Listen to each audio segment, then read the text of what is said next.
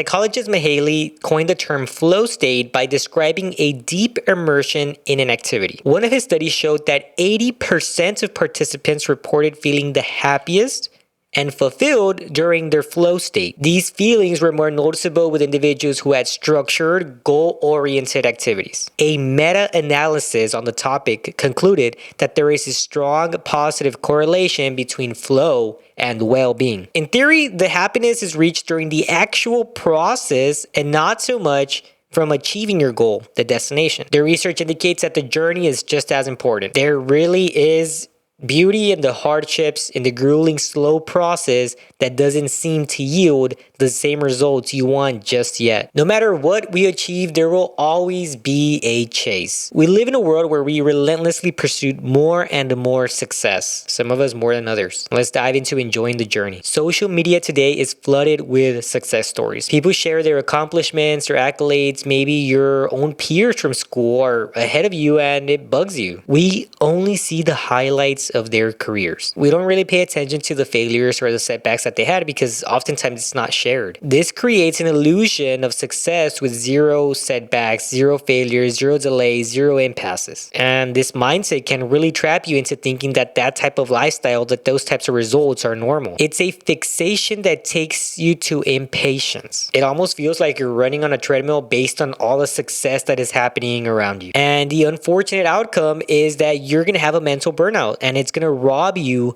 of the actual joy that comes from the daily repetition of small wins and daily growth. The challenge here then becomes to shift that mindset from believing that the end goal is where the true success is at, because that's just not true. The true meaning of success doesn't come from the destination. It comes from the journey. It's in the journey that you learn how to properly solve, how to complete, how to create, how to edit, how to research, etc. The journey is what actually teaches you those things. It's what gets you to become a master at something. The destination is just the result of you mastering those skills. So don't focus on the outcome just yet. Don't focus on that.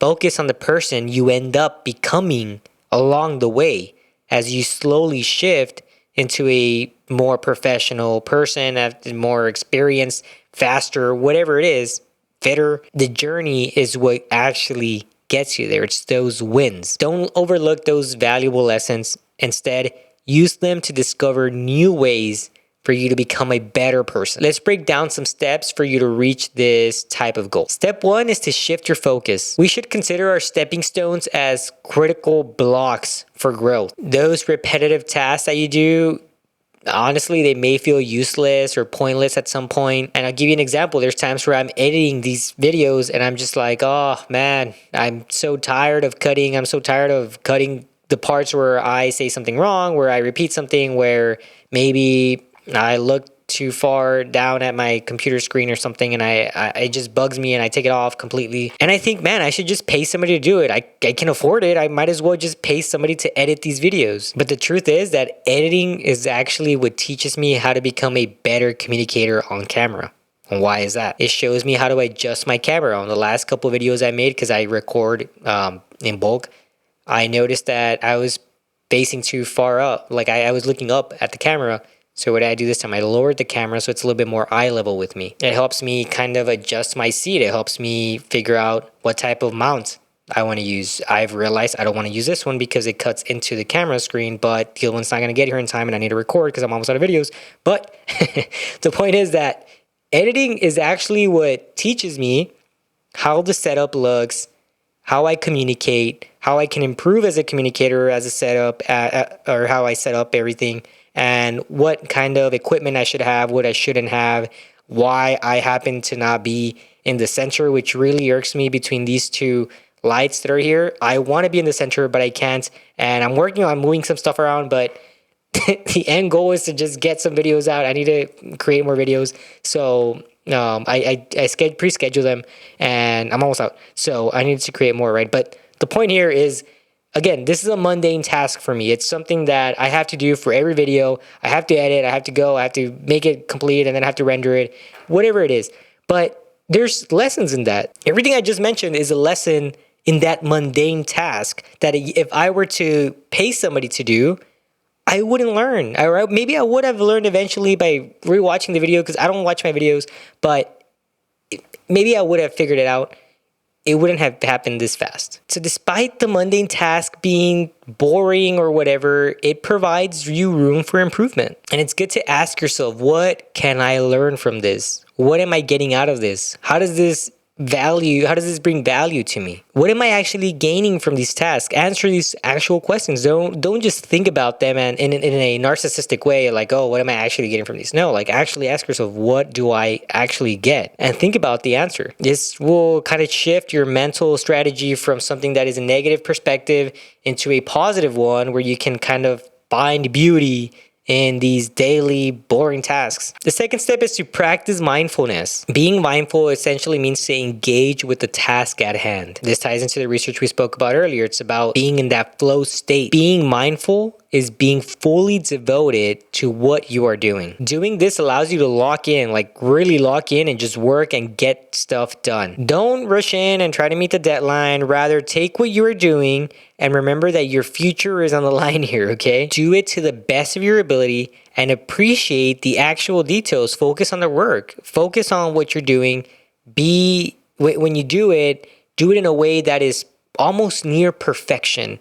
And if you can't get to perfection, because you will never get to perfection, do it as best as you can. It's okay if the two lights are not where you're not centered to the two lights. It's fine. You just need to work at getting to a point where you're consistent and you're improving every single time. And the way you do that is you get into a locking flow state where you're so focused on the task that at the end you say, okay, I'm going to review my entire process and I'm going to see where my improvements could have happened. And on the next time, I'm going to improve them. The more you actually practice on locking in and being in this flow state when you work, the easier it will come to you. If you constantly stop and you grab your phone mid video recording, guilty, you start associating that with being normal, right? Or if you're reading or you're doing research or whatever and you grab your phone because you got a meme from a friend, guess what you're doing? You're priming yourself to accepting this type of behavior.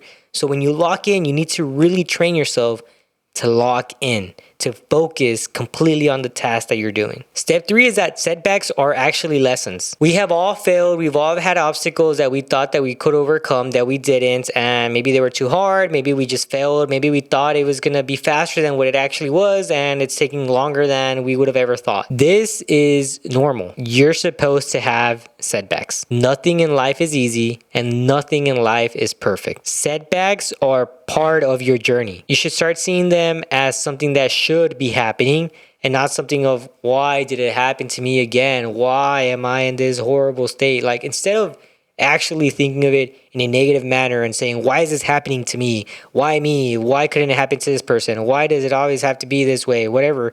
You should just expect things to happen. Just expect the things to go wrong. Expect things to not always work out. And if they don't work out, guess what? It's a lesson learned. It's for a reason. It's for you to gain more experience. It's for you to understand that you shouldn't be messing with options because you don't know what you're doing.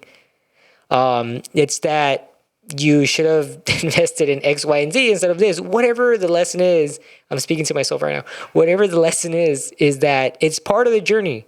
It's part of learning. It's part of understanding who you are. It's part of developing your character. Don't ever think, why did this have to happen to me? Why me? It's just something that should happen. It's something that will happen. It's just a matter of time. And when it happens, that's a challenge directly to your character. And how you overcome those challenges and how you pivot and how you take that setback defines who you are. And you need to think about that and reflect on yourself and say, who do I want to be? Do I want to be the person that, thinks about why this is happening to them? Or do you want to be the person that says, okay, I learned from my mistake and I'm going to set this up, and moving forward, I'm not going to make the same mistake because I'm becoming a better person from this. Just remember that setbacks are not roadblocks. They're guides, and they just come with building more resilience for you. Don't focus on the disappointment aspects of it. Rather, just ask yourself what you learned from it and how it made you a wiser individual. Step 4 is to celebrate the progress. Success is the accumulation of multiple events. It's not just, I guess if you win the lottery on your first try, then maybe it's just but that rarely happens. So success is technically an accumulation of events, okay? It's the compounding results of these daily mundane tasks that kind of coalesce into this big ball of accomplishments, of success. And you don't want to wait to the end to celebrate that, because you missed out on the most important part, the entire journey, like we spoke about. Start with the minor wins at least. You can create a positive feedback loop from this. If you focus on the type of wins that you're having, this creates an environment where you prime yourself to say, okay, I've accomplished A, B, C, and I'm going to reward myself with this, or I'm going to, I don't know, whatever it is, you can reward yourself and you can prime yourself to saying, okay, this positive feedback loop works for me, and I'm going to continue doing it. And I'll give you an example. So my positive feedback loop for me regarding this channel, this YouTube channel, is following the same thing I spoke about today, is creating small wins, right? And what to me is a small win is just uploading videos. That's a small win to me, which is why I'm here right now recording, because I am almost out of videos and I need more. And as a win for me is to say, as long as I upload a video, I'm good. I'm okay with the discrepancies. I'm okay with the views. I'm okay with whatever. As long as I upload a video, it's a win for me, because it tells me that despite being tired, despite having to do the research, despite having to write the script, whatever it is, I'm still uploading the videos. I'm still taking that time. I'm still pushing forward to eventual success maybe one day. I don't know. But the goal here is to say that my win is consistency.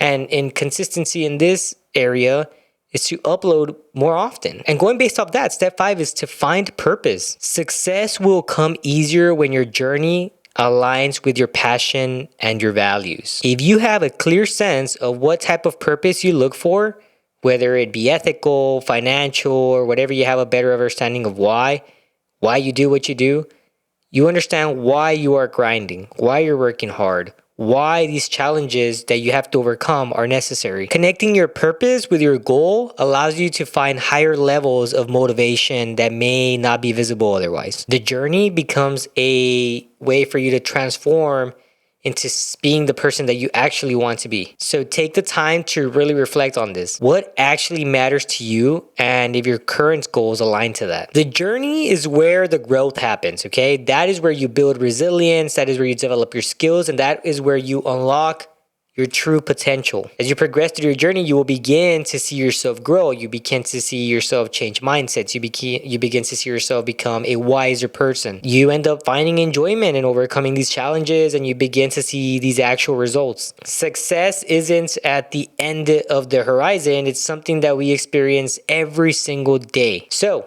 as we all of us individually, as we all partake on our own individual journeys, let's remember that the path is what molds us and prepares us. And that's it for today's video. Thank you guys so much for watching.